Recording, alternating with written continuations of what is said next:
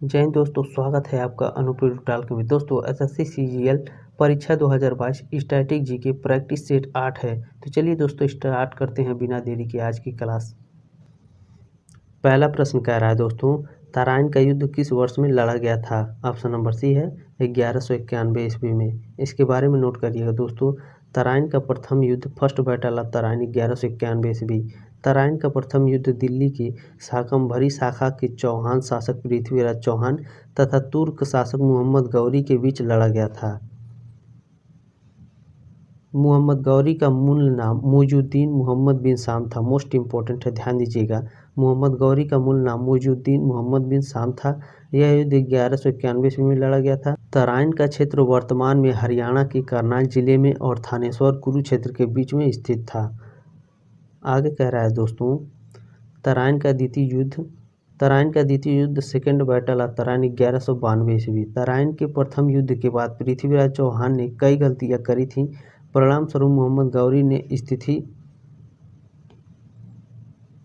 स्थिति का फायदा उठाया तथा दूसरे ही वर्ष 1192 ईस्वी में तराइन का द्वितीय युद्ध कर पृथ्वीराज चौहान को हरा दिया।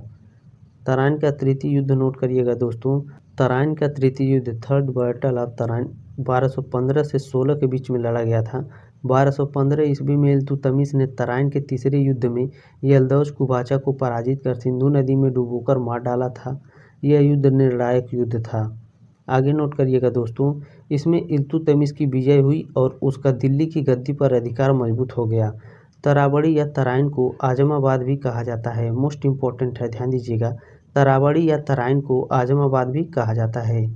अगला प्रश्न कह रहा है दोस्तों, भूकंप को रिकॉर्ड करने के लिए निम्नलिखित में से किस उपकरण का इस्तेमाल किया जाता है? ऑप्शन नंबर ए है सिस्मोग्राफ का इस्तेमाल किया जाता है।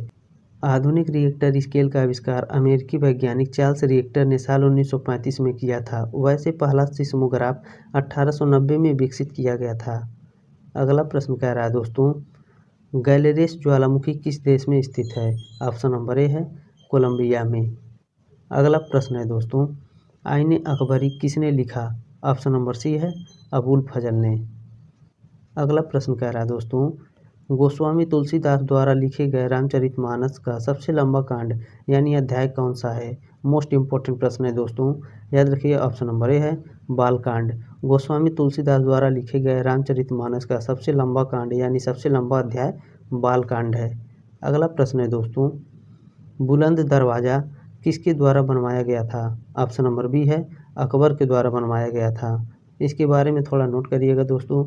बुलंद दरवाज़ा भारत के उत्तर प्रदेश के प्रांत में आगरा शहर से 43 किलोमीटर दूर फतेहपुर सीकरी नामक स्थान पर स्थित एक दर्शनीय स्मारक है।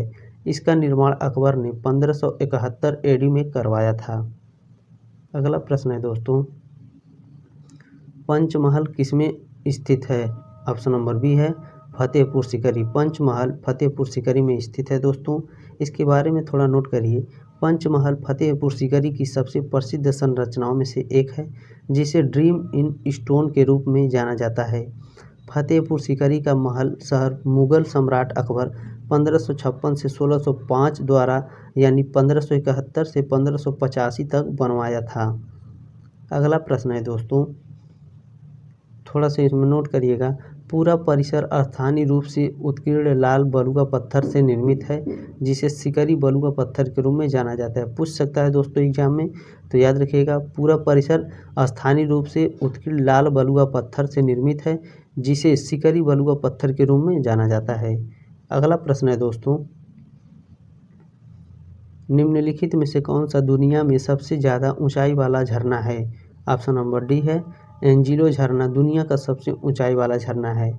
अगला प्रश्न है दोस्तों, विश्व का सबसे ऊंचा झरना स्थित है? तो याद रखिए दोस्तों ऑप्शन नंबर बी है वेनेजुएला में स्थित है। अगला प्रश्न कह रहा है दोस्तों, भारत में रजत क्रांति सिल्वर रिवॉल्यूशन किससे संबंधित है? तो याद रखिए दोस्तों ऑप्शन नंबर बी है अंडा और चिकन उत्पादन से। दोस्तों रजत क्रांति के बारे में थोड़ा नोट करिए, इसे याद रखिएगा। रजत क्रांति की शुरुआत 7वीं पंचवर्षीय योजना से हुई थी, जो वर्ष 1985 से वर्ष 1990 के बीच में शुरू की गई थी। वीडियो अच्छा लगे तो लाइक करिए, शेयर करिए, सब्सक्राइब जरूर करिएगा दोस्तों। आपका बहुत बहुत आभार। जय हिंद।